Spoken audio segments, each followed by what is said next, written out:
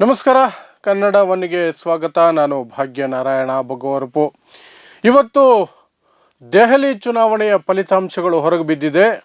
ಎಲ್ಲ ಎಕ್ಸಿಟ್ ಪೋಲ್ಗಳ ಪ್ರಕಾರವೇ ಫಲಿತಾಂಶಗಳು ಹೊರಬಿದ್ದಿದ್ದಾವೆ. ಆ ಮೂಲಕ ದೆಹಲಿಯಲ್ಲಿ 27 ವರ್ಷಗಳ ನಂತರ BJP ಅಧಿಕಾರಕ್ಕೆ ಏರಿದೆ. ಕೇಜ್ರಿವಾಲ್ ಆಮ್ ಆದ್ಮಿ ಪಕ್ಷ ಆಲ್ಮೋಸ್ಟ್ ಅವರದೇ ಪೊರಕೆಯಲ್ಲಿ ಗುಡಿಸಿ ಪಕ್ಕಕ್ಕೆ ಸರಿಸಿದಂತೆ ಅರ್ಧಕ್ಕಿಂತಲೂ ಹೆಚ್ಚು ಸ್ಥಾನಗಳನ್ನು ಕಳೆದುಕೊಂಡಿದೆ. 1/3 ಮಾತ್ರ ಗೆಲ್ಲೋದಕ್ಕೆ ಸಾಧ್ಯ ಆಗಿದೆ. ಕಳೆದ ಬಾರಿ 62 ಕ್ಷೇತ್ರಗಳನ್ನು ಗೆದ್ದಿತ್ತು. ಈ ಬಾರಿ ಕೇವಲ 22 ಕ್ಷೇತ್ರಗಳನ್ನು ಮಾತ್ರ ಗೆಲ್ಲೋದಕ್ಕೆ ಸಾಧ್ಯ ಆಗಿದೆ. BJP 48 ಕ್ಷೇತ್ರಗಳನ್ನು ಗೆದ್ದುಕೊಂಡಿದೆ. ಕಾಂಗ್ರೆಸ್ದು ಒಳ್ಳೆ ಕೆಲಸ, ಯಾವ ಬದಲಾವಣೆಯೂ ಇಲ್ಲ. ಕಳೆದ 10 ವರ್ಷಗಳಿಂದ 0ಯನ್ನು ಗಟ್ಟಿಯಾಗಿ ಹಿಡ್ಕೊಂಡಿದ್ದಾರೆ. ಅದೇ 0ಯನ್ನು ಈ ಬಾರಿಯೂ ಸಹ ಭದ್ರವಾಗಿ ಹಿಡ್ಕೊಂಡಿದ್ದಾರೆ. ಮತ್ತೊಂದು 0 ಸುತ್ತಿದ್ದಾರೆ. ಈಗ ಒಂದಷ್ಟು ಕಾಮಿಡಿ ಮಾಡಬಹುದೇನೋ, ಕಾಂಗ್ರೆಸ್ ಪಕ್ಷ ಏನು ಪೆಟ್ರೋಲ್ ಬಂಕ ಬಂದವರಿಗೆಲ್ಲ 0 ನೋಡ್ಕೊಳ್ಳಿ ಅಂತ ಹೇಳೋದಕ್ಕೆ ಅನ್ನೋ ಪರಿಸ್ಥಿತಿಗೆ ಕಾಂಗ್ರೆಸ್ ಬಂದಿದೆ. ಬಟ್ ಅದ್ರ ಬಗ್ಗೆ ಕಾಂಗ್ರೆಸ್ಗೆ ಅಂತಹ ನೋವು ದುಃಖ ಇದ್ದಂಗೆ ನನಗಂತೂ ಕಾಣಲಿಲ್ಲ. ಅವ್ರಿಗದು ಯೂಸ್ಡ್ ಆಗಿಬಿಟ್ಟಿದೆ. We are use to it ಅಂತ ಅನ್ನೋ ರೀತಿಯಲ್ಲಿ ಅವರ ನಡವಳಿಕೆ ಇದೆ, ಅವರ ಹೇಳಿಕೆಗಳಿದೆ. ಅದೇನೇ ಇರಲಿ. ಸೊ ಇವತ್ತಿನ ಫಲಿತಾಂಶಗಳೇನು ಅಂದರೆ, ಆಮ್ ಆದ್ಮಿ ಪಕ್ಷ ಕೇವಲ 22 ಸೀಟು, BJP ಭರ್ಜರಿ 48 ಸೀಟು ಪಡೆಯುವ ಮೂಲಕ 27 ವರ್ಷಗಳ ನಂತರ ಅಲ್ಲಿ ಅಧಿಕಾರಕ್ಕೆ ಬಂದಿದೆ. ಆಮ್ ಆದ್ಮಿ ಪಕ್ಷ 12 ವರ್ಷಗಳ ನಂತರ ದೆಹಲಿಯಲ್ಲಿ ಅಧಿಕಾರವನ್ನು ಕಳ್ಕೊಂಡಿದೆ. ಅದಕ್ಕಿಂತಲೂ ದೊಡ್ಡ ಸುದ್ದಿ ಏನು ಅಂದರೆ, ಕೇಜ್ರಿವಾಲ್ ತಮ್ಮ ಕ್ಷೇತ್ರದಲ್ಲಿ ಸೋಲು ಕಂಡಿದ್ದಾರೆ. ತಮ್ಮ ಕ್ಷೇತ್ರವನ್ನು ಸಹ ಉಳಿಸ್ಕೊಳ್ಳೋದಕ್ಕೆ ಕೇಜ್ರಿವಾಲ್ಗೆ ಸಾಧ್ಯ ಆಗಿಲ್ಲ. ಈಗ ಸೋಲಿನ ಬಳಿಕ ಒಂದು ಹೇಳಿಕೆಯನ್ನು ಬಿಡುಗಡೆ ಮಾಡಿದ್ದಾರೆ. We accept people's verdict.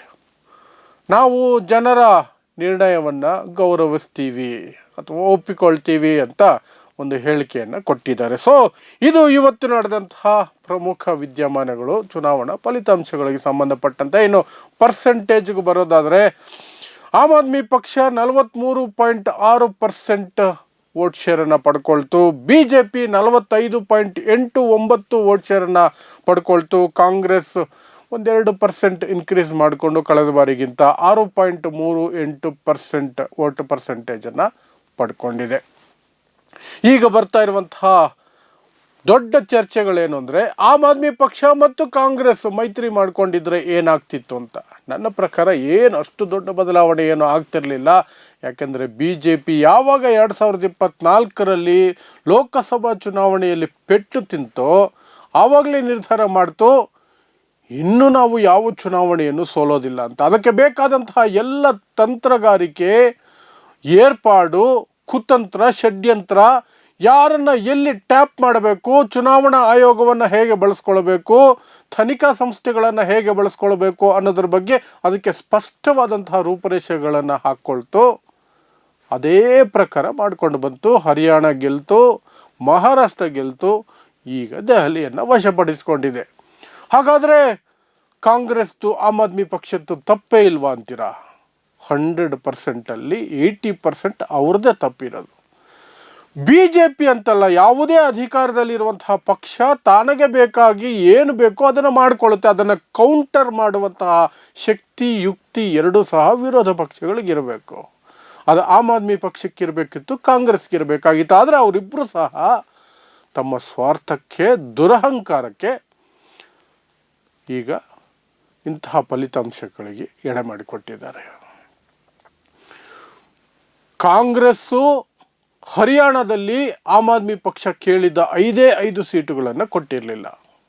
5 seat ಕೊಡಿ ಸಾಕು ಅಂತ ಹರಿಯಾಣದಲ್ಲಿ ಆಮ್ ಆದ್ಮಿ ಪಕ್ಷ ಕೇಳಿತು. ಮೈತ್ರಿ ಮಾಡ್ಕೊಳ್ಳೋಣ ಅಂತ ಕೇಳಿರಲಿಲ್ಲ. ಕಾಂಗ್ರೆಸ್ ಪ್ರಕಾರ ನಾವು ಹರಿಯಾಣನ ಗೆದ್ದ ಆಗಿದೆ, ಎಲೆಕ್ಷನ್ ಒಂದು ಫಾರ್ಮ್ಯಾಲಿಟಿ ಅಷ್ಟೇ, we are done, we are through, ನಿಮ್ಮ ಜೊತೆ ಮೈತ್ರಿ ಮಾಡ್ಕೊಳ್ಳೋ ಅವಶ್ಯಕತೆ ನಮಗಿಲ್ಲ, 1 ಸೀಟು ಬಿಟ್ಕೊಡಲ್ಲ ಅಂತ ಅಲ್ಲಿ ಹೋದರು. ಅಲ್ಲಿ ಸೋತರು, ಹೀನಾಯವಾಗಿ ಸೋತರು. ಅದೇ ರಿಪೀಟ್ ಆಯಿತು ದೆಹಲಿಯಲ್ಲಿ. ಕಾಂಗ್ರೆಸ್ ಒಂದು 10 ಸೀಟು ಬಿಟ್ಕೊಡಿ, 5 ಸೀಟು ಬಿಟ್ಕೊಡಿ, ಮೈತ್ರಿ ಮಾಡ್ಕೊಳ್ಳೋಣ. Kejriwal nothing doing. ನೀವು ಇಲ್ಲವೇ ಇಲ್ಲ ಡೆಲ್ಲಿಯಲ್ಲಿ. ನಿಮ್ಮ ಅಸ್ತಿತ್ವನೇ ಇಲ್ಲ. ನಿಮಗೆ ಯಾಕೆ ನಾವು ಸೀಟ್ ಬಿಟ್ಕೊಡ್ಬೇಕು? ಸಾಧ್ಯನೇ ಇಲ್ಲ. ಮಾತುಕತೆಗೆ ಸಿದ್ಧ ಇಲ್ಲ ನಾವು. ಪ್ರಸ್ತಾವನೆಯನ್ನು ತಗೊಂಡೇ ಬರಬೇಡಿ ನಮ್ಮ ಹತ್ರ. ದೆಹಲಿಯಲ್ಲಿ ನಮ್ಮನ್ನು ಸೋಲಿಸುವಂತಹ ಪಕ್ಷ ಹುಟ್ಟಿಲ್ಲ, ಹುಟ್ಟೋದು ಇಲ್ಲ ಅಂತ ಕೇಜ್ರಿವಾಲ್ ಹೇಳೋದು. BJP ಯಾವತ್ತಿಗೂ ಆಮ್ ಆದ್ಮಿ ಪಕ್ಷವನ್ನು ಸೋಲಿಸೋದು ಸಾಧ್ಯನೇ ಇಲ್ಲ ಅಂತ ಘೋಷಣೆ ಮಾಡಿದ್ರು ಕೇಜ್ರಿವಾಲ್.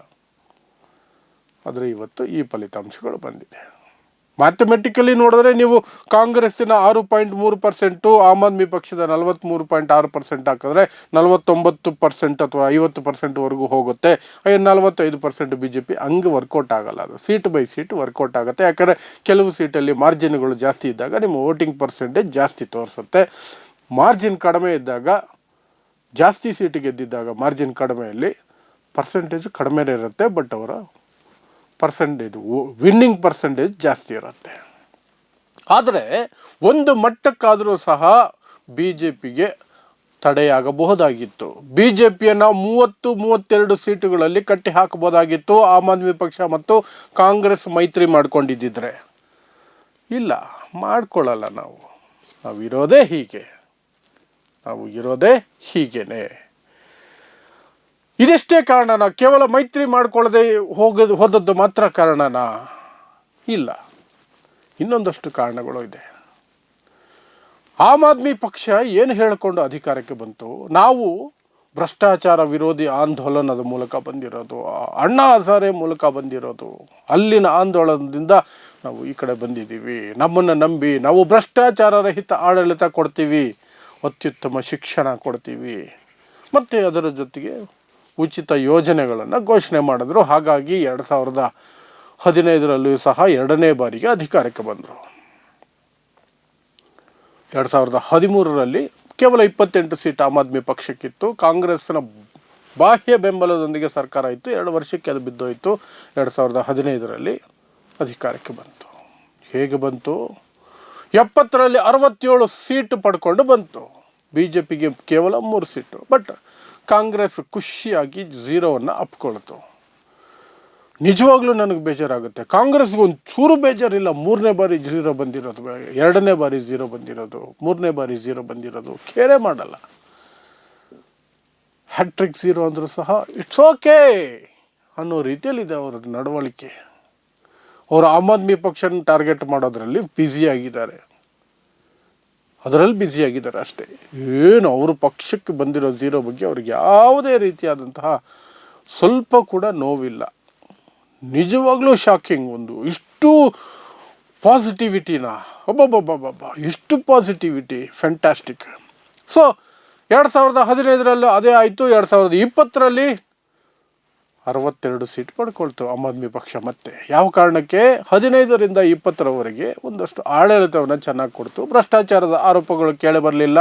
ಉಚಿತ ಯೋಜನೆಗಳು ವರ್ಕೌಟ್ ಆಯಿತು, ಎಲ್ಲ ಆಯಿತು. ಆದರೆ ಈ ಬಾರಿ ಇತ್ತಲ್ಲ 2020ರಿಂದ 25ರ ನಡುವಿನ ಆಡಳಿತ, ಇಲ್ಲಿ ಆಮ್ ಆದ್ಮಿ ಪಕ್ಷಕ್ಕೆ ದುರಹಂಕಾರ ಸ್ನೀಕ್ ಇನ್ ಮಾಡ್ತು ಅಂತ ಹೇಳೋದ್ರಲ್ಲಿ ತಪ್ಪೇ ಇಲ್ಲ. ನಮ್ಮನ್ನು ಸೋಲಿಸೋಕ್ಕೆ ಸಾಧ್ಯನೇ ಇಲ್ಲ. ಸೋಲು ಅನ್ನೋದಕ್ಕೂ ಆಮ್ ಆದ್ಮಿ ಪಕ್ಷಕ್ಕೂ ದೆಹಲಿಯಲ್ಲಿ ಸಂಬಂಧ ಇಲ್ಲ. ನಮ್ಮ ಹತ್ತಿರಕ್ಕೂ ಬರೋದಕ್ಕೆ ಸಾಧ್ಯ ಇಲ್ಲ. ಸೋಲು ಅಂದರೆ ಆಮ್ ಆದ್ಮಿ ಪಕ್ಷಕ್ಕೆ ಇಲ್ಲವೇ ಇಲ್ಲ. ದೆಹಲಿಯಲ್ಲಿ ನಾವೇ ಅನ್ನುವ ದುರಹಂಕಾರಕ್ಕೆ ಬಂತು. ಜೊತೆಗೆ ನಾನು ವ್ಯಾಗನರ್ ಕಾರಲ್ಲೇ ಓಡಾಡ್ತೀನಿ, ಸಿಂಪಲ್ ಮನುಷ್ಯ, ನನಗೆ ಬಂಗಲೆ ಬೇಕಾಗಿಲ್ಲ, ನನಗೆ ಸೆಕ್ಯೂರಿಟಿ ಬೇಕಾಗಿಲ್ಲ, ಆಮ್ ಆದ್ಮಿ ಪಕ್ಷದ ಹೆಸರಲ್ಲಿ ಆಮ್ ಆದ್ಮಿ ಅಂತ ಇದೆ, ಸಾಮಾನ್ಯ ಜನ ಅಂತ, ಸಾಮಾನ್ಯ ಜನನಾಗೆ ಬದುಕ್ತೀನಿ ಅಂತ ಕೇಜ್ರಿವಾಲ್ ಪ್ರಾಮಿಸ್ ಮಾಡಿದರು. ಆದರೆ ಏನಾಯಿತು? ಶೀಶ್ ಮಹಲ್ ಕತೆ ಆಚೆ ಬಂತು. ಶೀಶ್ ಮಹಲ್ 35-40 ಕೋಟಿ ರೂಪಾಯಿ ಖರ್ಚು ಮಾಡಿ ಕೇಜ್ರಿವಾಲ್ ಇರುವಂತಹ ಮನೆಗೆ ರೆನೋವೇಷನ್ ಮಾಡಲಾಯಿತು. ರೆನೋವೇಷನ್, ಅಷ್ಟು ದೊಡ್ಡ ದುಡ್ಡಲ್ಲಿ ರೆನೋವೇಷನ್. ಇದು ಸಾಮಾನ್ಯ ಮನುಷ್ಯ ಬದುಕೋದು. ನಾನು ಜಸ್ಟ್ ವ್ಯಾಗನರಲ್ಲೇ ಓಡಾಡ್ತೀನಿ ಅಂತ ಹೇಳಿದ್ದಂತಹ ವ್ಯಕ್ತಿ ಆಮೇಲೆ ಎಂತೆಂಥ ಕಾರಲ್ಲಿ ಓಡಾಡಿದ್ರು ಅನ್ನೋದು ನಿಮಗೆ ಗೊತ್ತು. ಸೆಕ್ಯೂರಿಟಿ ಬೇಕಾಗಿಲ್ಲ ಅಂತ ಹೇಳಿದಂತಹ ವ್ಯಕ್ತಿ ಯಾವ ರೀತಿಯ ಸೆಕ್ಯೂರಿಟಿ ಪಡ್ಕೊಂಡು ಓಡಾಡ್ತಿದ್ರು ಅಂತ, ಇದೆಲ್ಲವೂ ಸಹ ಜನರಲ್ಲಿ ಒಂದಷ್ಟು ಯೋಚನೆಗಳಿಗೆ ಅವಕಾಶ ಮಾಡಿಕೊಡ್ತು. 2ನೇ ಅವಧಿ ಫುಲ್ ಟರ್ಮಲ್ಲಿ 2ನೇ ಅವಧಿಯ ಅಧಿಕಾರಾವಧಿ ಸಮಯದಲ್ಲಿ ಅದೇ ಸಂದರ್ಭವನ್ನು ಟ್ಯಾಪ್ ಮಾಡಿದಂತಹ BJP ತನಿಖಾ ಸಂಸ್ಥೆಗಳನ್ನು ಬಳಸ್ಕೊಳ್ತು, ದುರ್ಬಳಕೆ ಮಾಡ್ಕೊಳ್ತು ಅಂತ ಹೇಳ್ತಿರೋ ಏನೇ ಬೇಕಾದ್ರೆ ಹೇಳ್ಕೊಳ್ಳಿ, ರಾಜಕೀಯದಲ್ಲಿ ಅಧಿಕಾರ ಉಳಿಸ್ಕೊಳ್ಳೋದಕ್ಕೆ ಎಲ್ಲ ಮಾಡ್ತಾರೆ. ಎತ್ಕೊಂಡೋಗಿ ಜೈಲಲ್ಲಿ ಇಡ್ತು. ಕೇಜ್ರಿವಾಲ್ರನ್ನ CM ಆಗಿರುವಾಗಲೇ ಜೈಲಲ್ಲಿ ಇಡ್ತು. ಅದ್ರ ಜೊತೆಗೆ ಬೇರೆಯವರೆಲ್ಲರೂ ಸಹ ಒಂದಷ್ಟು ಆಮ್ ಆದ್ಮಿ ಪಕ್ಷದ ನಾಯಕರು ಮಿನಿಸ್ಟ್ರುಗಳನ್ನು ತಗೊಂಡೋಗಿ ಜೈಲಲ್ಲಿ ಇಡ್ತು. ಇದು ಜನರಲ್ಲಿ ಒಂದು ಭಾವನೆಯನ್ನು ಮೂಡಿಸ್ತು. ಭ್ರಷ್ಟಾಚಾರ ವಿರೋಧಿ ಆಂದೋಲನದಿಂದ ಬಂದಿದ್ದೀವಿ ಅಂತ ಹೇಳಿಕೊಂಡು ಇವರ ಮೇಲೆ ಭ್ರಷ್ಟಾಚಾರ ಆರೋಪಗಳು ಬರ್ತಾ ಇದೆಯಲ್ಲ, ಅದರಲ್ಲೂ ಸಹ ಲಿಕ್ಕರ್ ಸ್ಕ್ಯಾಮ್ ದೊಡ್ಡ ಮಟ್ಟದಲ್ಲಿ ಸುದ್ದಿ ಮಾಡ್ತು. ಮದ್ಯ ಸಾರಾಯಿ ಸ್ಕ್ಯಾಮಲ್ಲಿ ಆಮ್ ಆದ್ಮಿ ಪಕ್ಷ, ಅದು ಮುಖ್ಯಮಂತ್ರಿ ಕೇಜ್ರಿವಾಲ್ ಭಾಗಿನ, ಒಂದಷ್ಟು ಅನುಮಾನಗಳು ಆಮ್ ಆದ್ಮಿ ಪಕ್ಷದ ಬಗ್ಗೆ ಬಂತು. ಅದರ ಜೊತೆಗೆ ಅಲ್ಪಸಂಖ್ಯಾತರ ವಿಚಾರವಾಗಿಯೂ ಸಹ ಆಮ್ ಆದ್ಮಿ ಪಕ್ಷ ನಡ್ಕೊಂಡ ರೀತಿ ಸರಿ ಇರಲಿಲ್ಲ. 2ನೇ ಅವಧಿಯಲ್ಲಿ ಕಾಂಗ್ರೆಸ್ಸು ಅದೇ ರೀತಿ ಸ್ಪಂದಿಸ್ಕೊಂಡು ಹೋಯಿತು. ಒಟ್ಟಾರೆಯಾಗಿ ಜನಕ್ಕೆ ಒಂದು ಕನ್ಫ್ಯೂಷನ್ ಇತ್ತು. ಆಮ್ ಆದ್ಮಿ ಪಕ್ಷ ಇದ್ದರೆ ನಮಗೆ ಉಚಿತ ಯೋಜನೆಗಳಿರ್ತವೆ, ಪ್ಲಸ್ ಮೊಹಲ್ಲಾ ಕ್ಲಿನಿಕ್, ಪ್ಲಸ್ ಭ್ರಷ್ಟಾಚಾರ ರಹಿತ ಆಡಳಿತ ಅನ್ನುವಂತಹದ್ದು ಒಂಚೂರು ಎಲ್ಲೋ ಇನ್ನೂ ಇರಬಹುದೇನೋ ಅನ್ನುವುದು ಇರ್ತದೆ. BJP ಬಂದರೆ ಅದಕ್ಕೆ ಅವಕಾಶ ಇರೋದಿಲ್ಲ. ಕೋಮುವಾದವನ್ನು ಅವರು ಪ್ರಚೋದನೆ ಮಾಡ್ತಾರೆ.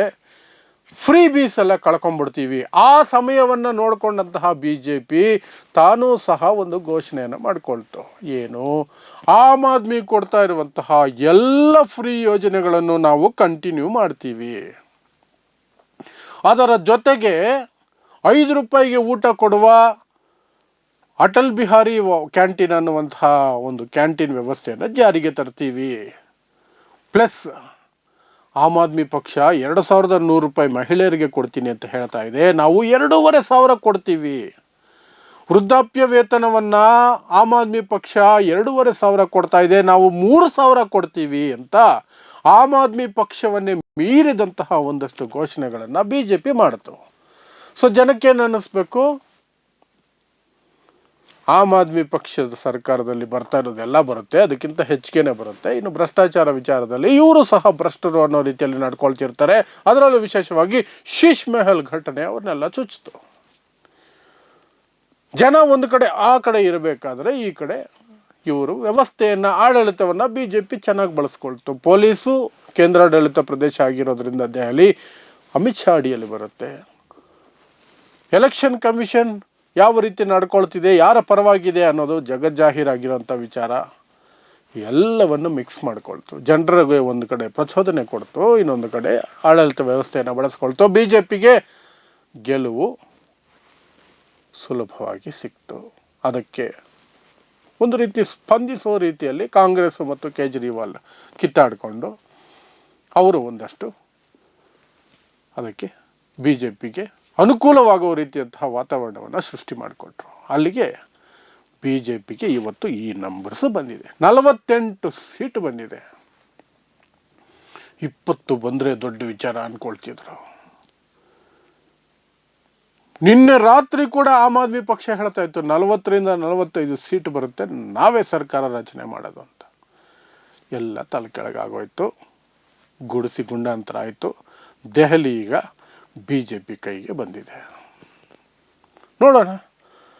BJP ಈಗ ದೆಹಲಿಯಲ್ಲೂ BJP, ಸೆಂಟ್ರಲಲ್ಲೂ BJP, ಡಬಲ್ ಇಂಜಿನ್ ಸರ್ಕಾರ, ಲೆಫ್ಟಿನೆಂಟ್ ಗವರ್ನರು BJP ಸಪೋರ್ಟರು. ಇಷ್ಟೆಲ್ಲ ಇರಬೇಕಾದ್ರೆ ದೆಹಲಿ ಸ್ವರ್ಗವಾಗೋದರಲ್ಲಿ ಯಾರು ತಡೆಯೋಕ್ಕಾಗೋದಿಲ್ಲ. ಹಾಗಂತ ದೆಹಲಿಯ ಜನ ಆಶಾಭಾವನೆ ಇಟ್ಕೊಂಡಿರ್ತಾರೆ. ನೋಡುವ BJP ಅದೇನು ಮಾಡುತ್ತೆ ಅಂತ.